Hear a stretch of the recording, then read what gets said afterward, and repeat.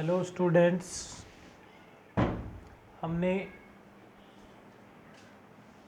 ये जो हमारा टॉपिक था इलेक्ट्रोस्टैटिक शील्डिंग, इसमें अब तक जो है इसके मोस्टली आर्टिकल्स जो है कर लिए कैपेसिटर और कैपेसिटेंस वाले पार्ट के। अब इसके अंदर दो टॉपिक और बचे हैं।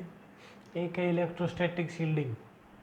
इलेक्ट्रोस्टैटिक शील्डिंग का मतलब होता है कि कोई जो चार्ज सेंसिटिव डिवाइस होती है जिसके ऊपर एक्स्ट्रा चार्ज आने से अगर वो डैमेज हो सकती है तो उसको हमने बचाना है एक्स्ट्रा चार्ज के इफेक्ट से, तो उसी को बोलते हैं electrostatic shielding. It is the process of preventing from damage a charge sensitive device due to excess amount of the charge by creating. कैसे बचाते हैं? By creating a conducting cover around it, या कंडक्टिंग जो है shield या conducting layer around it. मतलब अगर कोई ऐसी डिवाइस जो एक्सेस चार्ज से बहुत ज़्यादा अमाउंट का चार्ज अगर उसको मिल जाए तो वो डैमेज हो जाए, चाहे वो उसके रिपल्सन के कारण जो है एनर्जी प्रोड्यूस होती है उसके कारण हो, या और किसी कारण से अगर वो डैमेज हो जाती है उसको बचाया जाता है। उसको बोलते हैं इलेक्ट्रोस्टैटिक शील्डिंग। इलेक्ट्रोस्टैटिक शील्डिंग के अंदर क्या होता है, जैसे कोई डिवाइस है, ये अगर इसको ज़्यादा चार्ज मिलेगा तो डैमेज हो जाएगी, तो इसके चारों तरफ हम क्या करते हैं, कोई कंडक्टिंग लेयर या कंडक्टिंग कवर बढ़ा देते हैं जो इसकी बॉडी को टच नहीं करता है। अब बाहर से अगर कोई एक्स्ट्रा चार्ज इसको मिलता है तो वो सारा एक्सेस चार्ज इसके सरफेस के ऊपर जमा हो जाता है, शील्ड के सरफेस पे।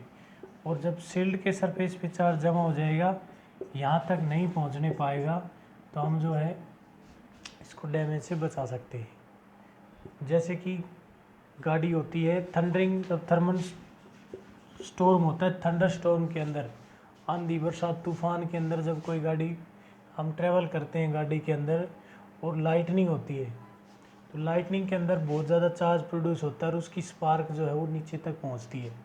तो अगर उस गाड़ी के ऊपर अगर वो स्पार्क पहुंचती है और हमने उससे बचना है तो हमने गाड़ी की मेटलिक बॉडी से टच नहीं होना पड़ेगा, यानी कि हम जो है उसको बगैर टच हुए लेदर की सीट्स के ऊपर बैठ जाएंगे, और अगर उसको टच नहीं करेंगे तो वो जो चार्ज होगा, जितना एक्सेस चार्ज हो मेटलिक बॉडी के ऊपर ही जमा हो जाएगा और वो हमारी तक नहीं पहुंच सकेगा।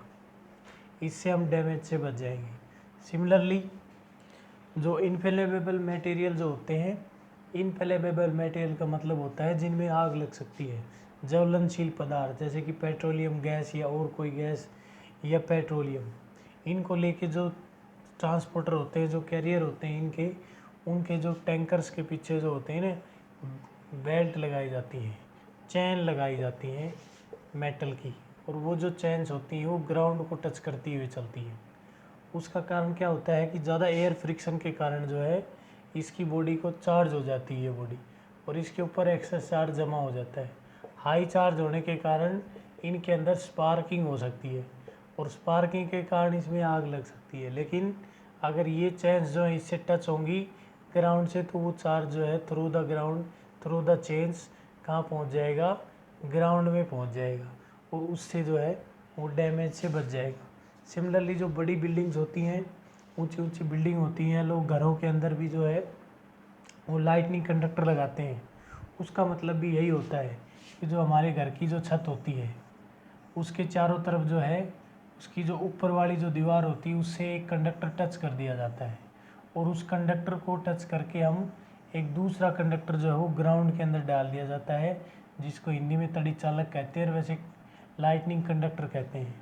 लाइटनिंग के एक्सेस चार्ज के कारण अगर कोई स्पार्क इसके ऊपर पहुंच जाती है, बिल्डिंग के ऊपर अगर लाइटनिंग की स्पार्क पहुंच जाती है, तो उसका जो चार्ज होता है वो इस कंडक्टर से थ्रू होते हुए किस में चला जाता है, ग्राउंड में, और उससे घर के जो इंस्ट्रूमेंट होते हैं और जो बिल्डिंग होती है वो डैमेज से बच जाती है।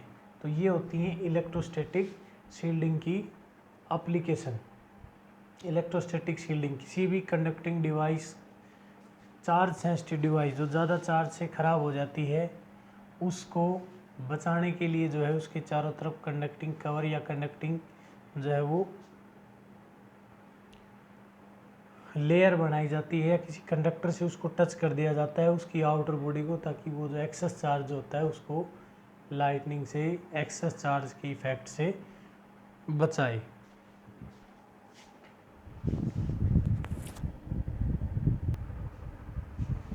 अगला एक छोटा सा कंसेप्ट है शार्प पॉइंट एक्शन का। शार्प पॉइंट एक्शन का मतलब होता है जब कोई स्मॉल साइज कंडक्टर, छोटे साइज़ का कंडक्टर जो होता है जिसकी कैपेसिटी भी कम होगी, पोटेंशियल भी उसका कम होगा अगर चार्ज दिया जाता है, तो उसको अगर हम बहुत ज़्यादा चार्ज दे देते हैं, उसके पोटेंशियल उसकी कैपेसिटी से ज़्यादा, तो जो access amount of the charge होता है, यानी कि एक लिमिट से ज़्यादा का जो चार्ज होता है, वो उसके चारों तरफ के इन्वायरमेंट को, सराउंडिंग एटमॉस्फेयर होता है उसको आयनाइज कर देता है, उसके मॉलिक्यूल्स को आयनाइज कर देगा, मीडियम के मॉलिक्यूल्स को। इसको कहते हैं sharp point action. When a large amount of the charge, when A small size conductor is charged with a large amount of the charge beyond its potential or capacity, then excess amount of the charge spread in the atmosphere around it and ionize the surrounding medium। मतलब ये जैसे कोई small size conductor है, ये बहुत sharp point छोटा conductor है, और इसको हम एक लार्ज अमाउंट ऑफ चार्ज जो है वो दे देते हैं, तो उससे जो सराउंडिंग मीडियम होता है वो आयनाइज हो जाएगा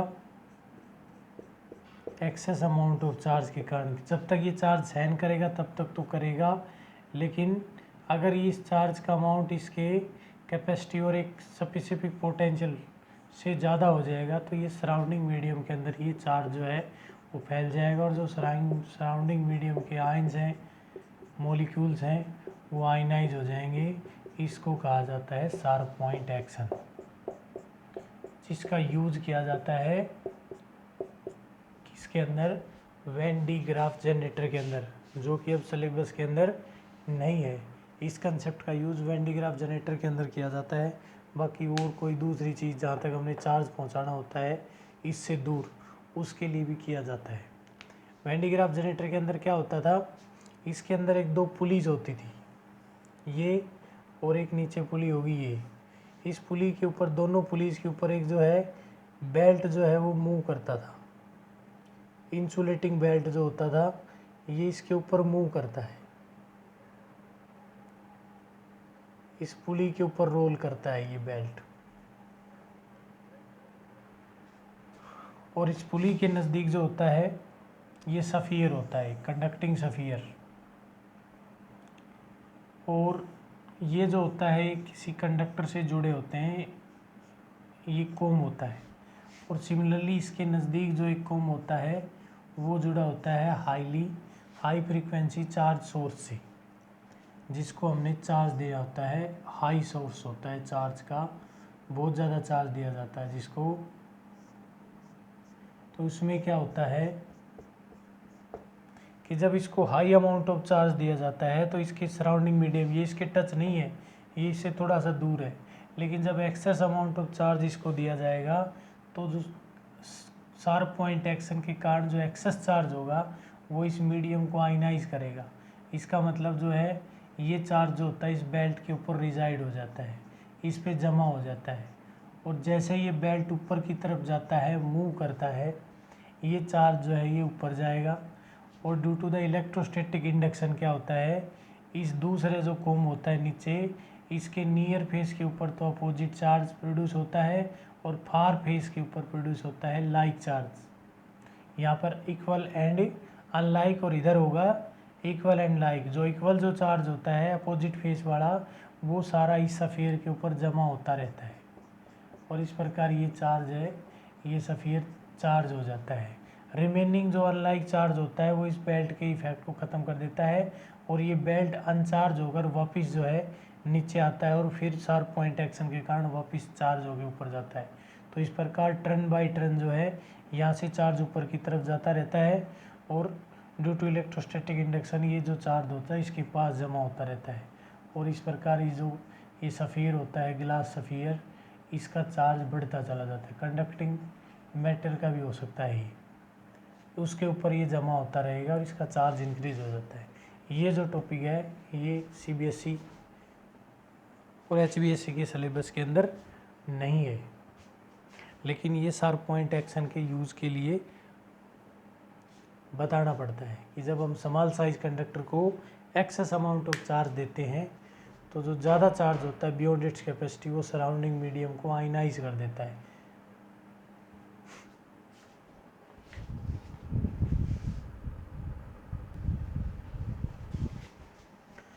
अब हम कुछ प्रॉब्लम्स करवाते हैं कैपेसिटर कम्बिनेशन के ऊपर।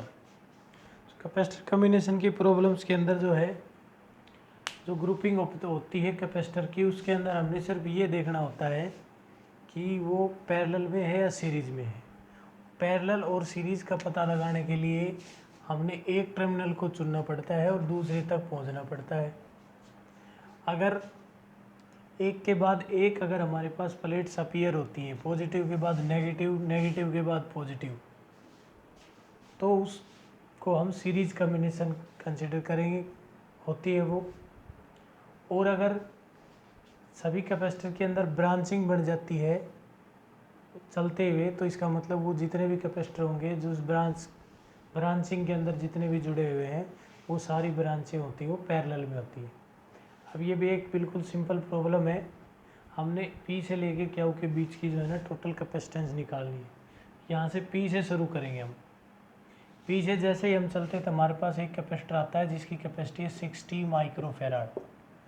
और उसके बाद जब हम आगे बढ़ते हैं तो यहाँ पर आके 3 ब्रांच बन जाती हैं, 1, 2 और 3। तो इसका मतलब ये हुआ कि जैसे पहले हम इसको क्रॉस करेंगे 60 माइक्रोफेराड का कैपेसिटर है, उससे आगे बढ़ने के बाद ये ब्रांच बन रही है। इन ब्रांचेज में जितने भी कैपेसिटर होंगे वो पैरेलल में होंगे। तो सबसे पहले हम इसको स्टेप टू स्टेप सोल्व करेंगे। तो ये जो कम्बिनेशन है इसकी टोटल कैपेसिटेंस निकालेंगे, इसके डायग्राम के अकॉर्डिंग बढ़ाएंगे और फिर ये इसका सॉल्यूशन होगा। तो सबसे पहले इस डायग्राम को जब हम P से दोबारा स्टार्ट करते हैं तो ऐसे करेंगे। ये कैपेसिटर हमारे पास आ गया पहले 60 माइक्रोफेराड का। उसके बाद हमें पता है कि ये तीनों ब्रांच है और ब्रांचेज हैं तो तीनों कैपेसिटर पैरेलल में है, तो इन तीनों की कैपेसिटी निकाली जाएगी और इन तीनों का एक कैपेसिटर बनेगा। अब उस कैपेसिटर की कितनी कैपेसिटी होगी ये देखने के लिए हमें जो है पैरेलल कम्बिनेशन ऑफ कैपेसिटर का फार्मूला लगाना पड़ेगा। तो इसके लिए जो 3 कैपेसिटर हैं 20, 20 और 20 के तीनों पैरेलल में हैं और पैरेलल कम्बिनेशन के लिए जो फार्मूला होता है CP is equal to C1 plus C2 plus C3, चाहे कितने भी हो। यहाँ पर 3 है तो C1 C2 प्लस C3 तीनों का जोड़ होगा, मतलब 20 प्लस 20 प्लस 20। इन दोनों की कैपेसिटी, तीनों की कैपेसिटी का जोड़ हो जाएगा 60 माइक्रोफेराड। यानी कि ये जो कैपेसिटर बनेगा इन तीनों के कम्बिनेशन से वो 60 माइक्रोफेराड का बनेगा। अब हम P से Q की तरफ चलते हैं तो हमारे पास 2 कैपेसिटर आते हैं। ये पहला ये आ गया, इसके बाद ये दूसरा आ गया। तो एक के बाद दूसरा कैपेसिटर आया है।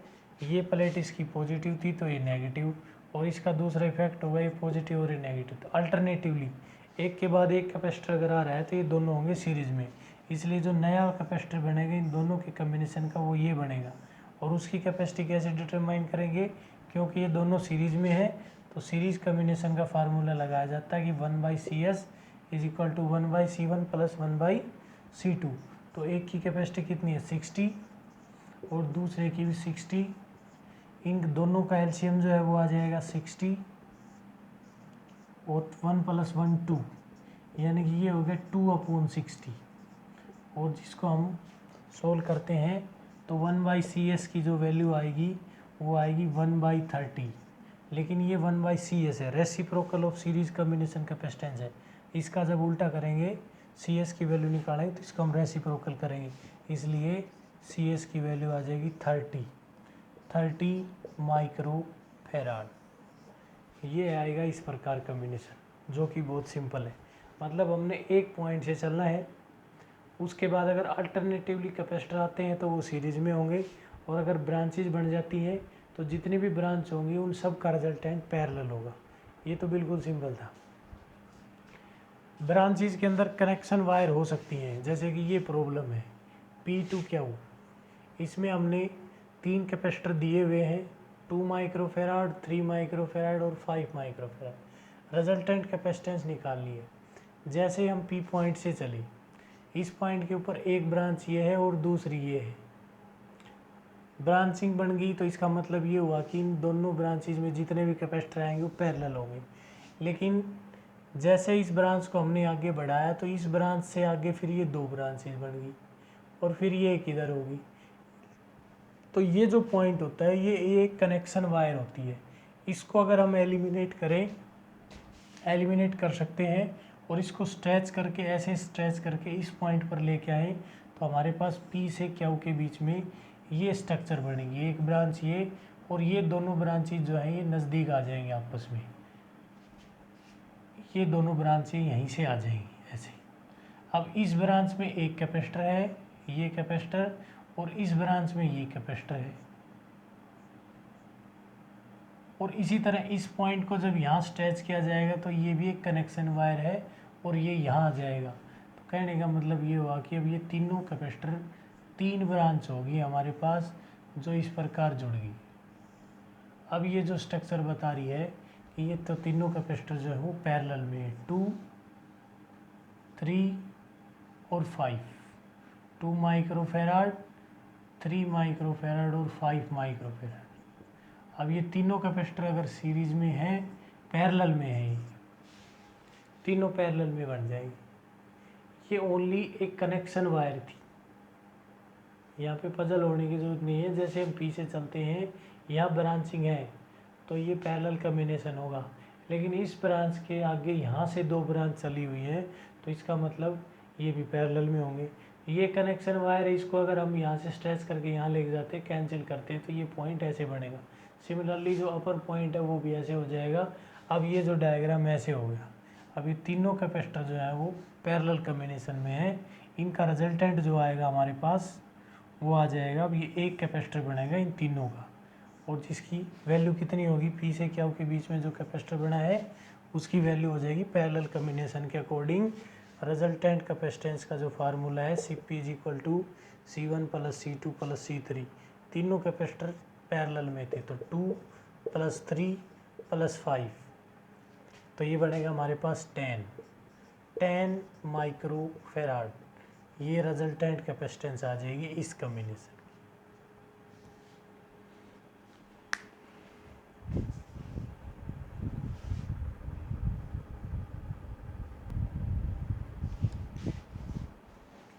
ये एक प्रॉब्लम है कैपेसिटर कम्बिनेशन के ऊपर ही।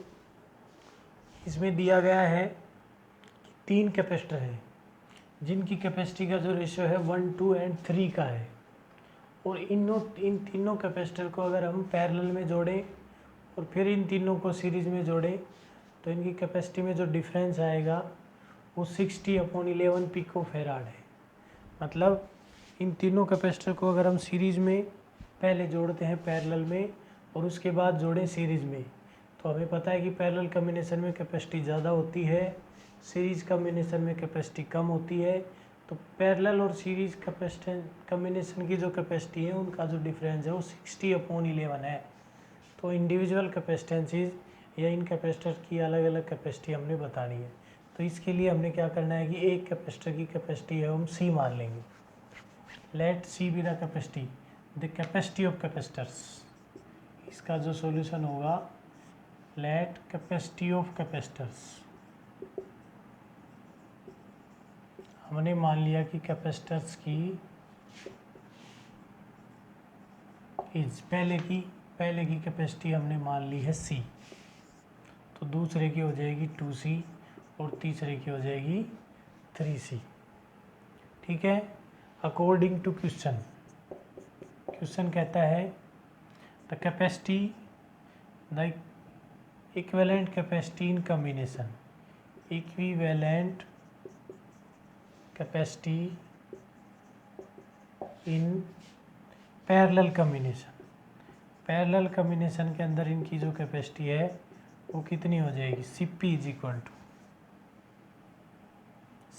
= हमारे पास आ जाएगा C + 2C + 3C = ये आ जाएगा हमारे पास 6C। ये Cp की वैल्यू होगी, पैरेलल कम्बिनेशन की कैपेसिटी होगी इनकी 6C। इस इक्वेशन को 1 डाल देंगे। Capacity, equivalent capacity in parallel combination, series combination. अब हमने the equivalent capacity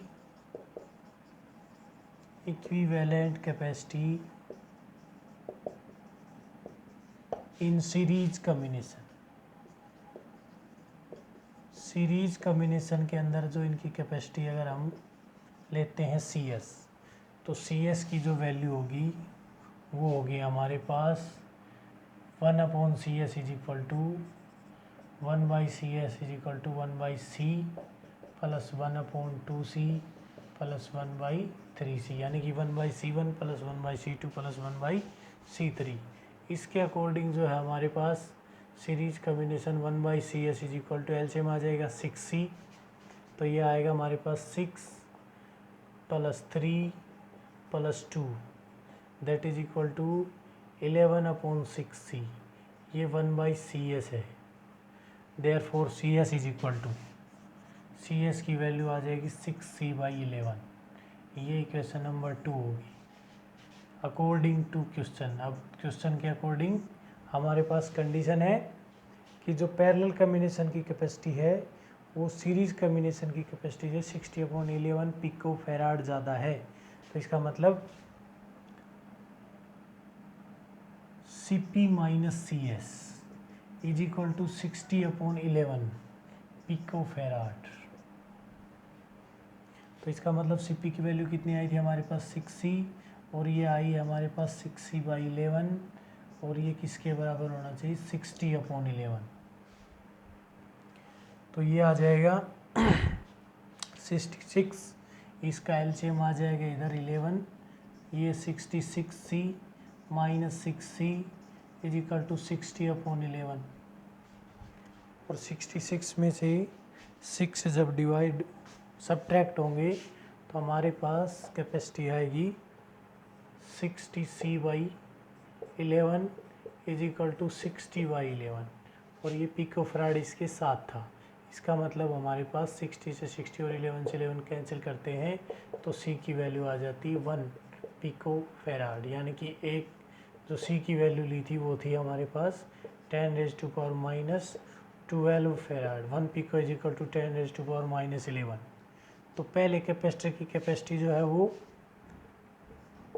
1 pico farad है, दूसरे कैपेसिटर की जो है वो 2C ली थी, इसलिए 2 × 1 यानी कि 2 पिको फैराड हो जाएगी। C1 की वैल्यू जो है C1 की वैल्यू 1 पिको फैराड, C2 की वैल्यू हो जाएगी 2 पिको फैराड, 2 पिको फैराड, और C3 की वैल्यू हो जाएगी हमारे पास 3 पिको फैराड। 3C थी तो C3 हो जाएगा हमारे पास 3 पिको फैराड। इस प्रकार की प्रॉब्लम्स भी आती हैं ओरल में।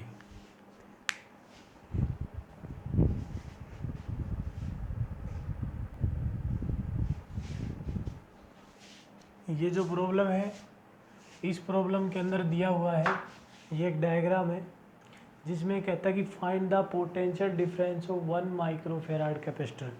जो 1 माइक्रोफैराड का कैपेसिटर है उसकी प्लेट्स के बीच में पोटेंशियल डिफरेंस कितना है, ये हमने डिटरमाइन करना है।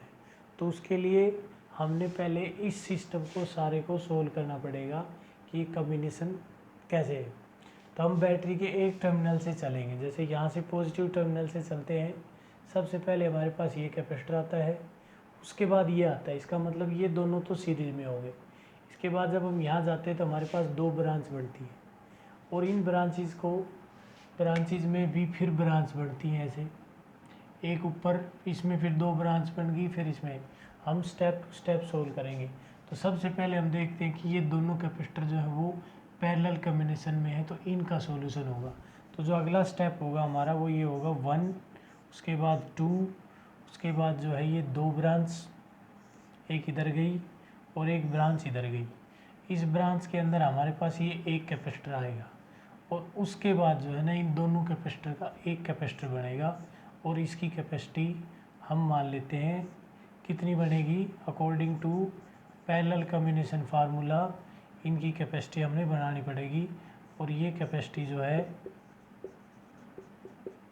इन दोनों कैपेसिटर की कैपेसिटी पैरेलल कम्बिनेशन के अकॉर्डिंग जो बननी चाहिए वो बनेगी हमारे पास 3 + 6। इन दोनों की कैपेसिटी 3 + 6 यानी कि 9 माइक्रो फेराड। इस कम्बिनेशन की कैपेसिटी हमने 9 माइक्रो फेराड बना दी यहाँ, 9 माइक्रो फेराड। उसके बाद हम आगे बढ़े, यहाँ से गए एक कैपेसिटर, दो कैपेसिटर, फिर ये एक ब्रांच, ये दूसरी ब्रांच, उसके बाद ये एक कैपेसिटर, इनका कम्बिनेशन 9 फेराड हो गया। ये नीचे वाले ब्रांच में 12 है और फिर हम पहुँच गए बैटरी के नेगेटिव टर्मिनल पे यानी कि 6 वोल्ट पे। ये है दूसरा, फर्स्ट सॉल्यूशन हो गया। अब इन दोनों का सॉल्यूशन करते हैं। 4 माइक्रो फेराड और 9 माइक्रो फेराड के जो कैपेसिटर होते हैं वो दोनों किस में है, सीरीज में है, तो इन दोनों का इक्विवेलेंट बनाना पड़ेगा। अगले स्टेप में जब हम जाएंगे तो ये एक कैपेसिटर, उसके बाद ये दूसरा, ये 1 माइक्रो फेराड का था, ये 2 माइक्रो फेराड का था, तो ये 1 का, ये 2 का, और आगे बढ़ने से वही दो ब्रांच ऐसे, लेकिन इस ब्रांच में अब ये सीरीज कम्बिनेशन में 4 और 9, तो सीरीज कम्बिनेशन के लिए इन दोनों का एक कैपेसिटर बनेगा जिसकी कैपेसिटी कितनी होगी ये अभी बताते हैं। इसकी कैपेसिटी हो जाएगी 1/4 + 1/9, यानी कि सीरीज कम्बिनेशन का जो है फार्मूला यूज़ करेंगे इस कम्बिनेशन के लिए। अब इस कम्बिनेशन के लिए 1/4 + 1/9 = 1/c। एलसीएम यहाँ पर आ जाएगा हमारे पास 9 और 4 का 36 आ जाता है, तो ये 9 + 4 यानी कि 13/36, लेकिन ये 1/c है। इसका जब रेसिप्रोकल करते हैं तो c की वैल्यू आएगी हमारे पास 36/13, ये, तो इस कैपेसिटर की कैपेसिटी हो जाएगी 36/13। अब हम पहुंच जाते हैं बैटरी के नेगेटिव टर्मिनल के पास ऐसे। अब इन दोनों कैपेसिटर का सॉल्यूशन करेंगे। 36/13 और 12 जो वाला जो कैपेसिटर है ये दोनों किस कम्बिनेशन में है, पैरेलल कम्बिनेशन में, इसलिए इन दोनों का इक्विवेलेंट बनेगा। तो हम यहाँ से चलते हैं, ये पहला कैपेसिटर 1 माइक्रो फेराड का, ये दूसरा कैपेसिटर, और इन दोनों के कम्बिनेशन का कैपेसिटर। अब इन दोनों का सॉल्यूशन होगा।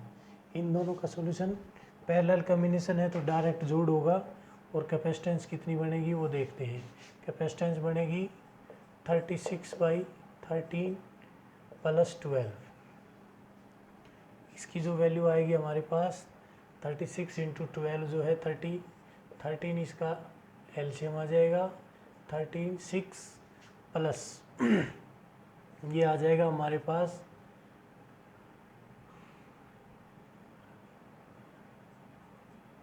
36 + 156, इसकी वैल्यू आ जाएगी हमारे पास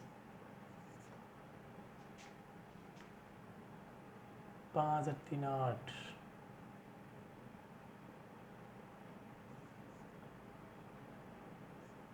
192/13। ये हमारे पास इस दोनों के, इन दोनों के सम की वैल्यू आएगी। तो इस कैपेसिटर की कैपेसिटी हो जाएगी हमारे पास 192/13, और फिर हम पहुंच जाते हैं बैटरी के दोनों टर्मिनल्स के ऊपर। अब इस कैपेसिटर की जो कैपेसिटी थी वो 1 थी, इसकी कैपेसिटी 2 माइक्रो फेराड थी, इसकी 1 माइक्रो फेराड है, और इसकी कैपेसिटी हमारे पास 192/13 माइक्रो फेराड। अब ये तीनों कैपेसिटर जो हैं वो है सीरीज कम्बिनेशन में, इसलिए अगले स्टेप में इन तीनों कैपेसिटर का एक कैपेसिटर बनेगा, यानी कि अब बनेगा हमारे पास ये कम्बिनेशन। लास्ट में हमारे पास ये कम्बिनेशन बनता है, क्योंकि इनके पोटेंशियल अलग अलग हैं। सीरीज कम्बिनेशन में पोटेंशियल डिफरेंट होता है, चार्ज सेम होता है, तो एक बार हमें इसकी इक्विवेलेंट कैपेसिटी निकालनी पड़ेगी। इसलिए इनकी इक्विवेलेंट कैपेसिटी निकालने के लिए अब ये कम्बिनेशन सोल्व होगा। ये सीरीज कम्बिनेशन है तो 1/c = 1/1 प्लस 1/2 प्लस 1/192 यानी कि 13/192। 192 हमारे पास इसका एलसीएम आता है और इसकी वैल्यू आएगी 192 प्लस 2 से इसको डिवाइड करते हैं तो ये आएगा हमारे पास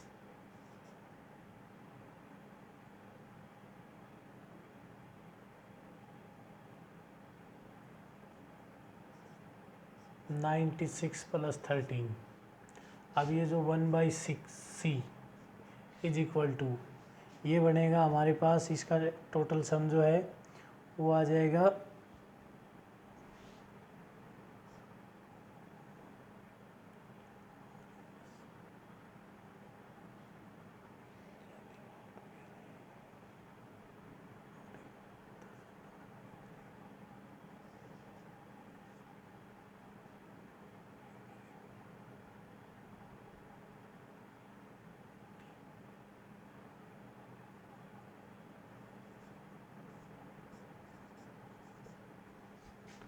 301/192।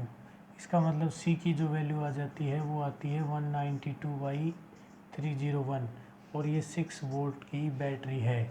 इस कैपेसिटर की कैपेसिटी आ गई 192/301। अब हमारे पास टोटल कैपेसिटी जो है उसकी वैल्यू कितनी है, टोटल कैपेसिटी की वैल्यू निकाली जाएगी। अब यहाँ पर टोटल कैपेसिटी, इस सारे कम्बिनेशन को ऐसे सोल्व करके टोटल कैपेसिटी है उसकी वैल्यू आ गई हमारे पास 192/301 और पोटेंशियल है ये माइक्रोफेराड में है और पोटेंशियल है हमारे पास 6 वोल्ट। तो हमने निकालना है टोटल चार्ज। टोटल चार्ज जब निकालते हैं तो हमारे पास कैपेसिटी जो है इसकी आती है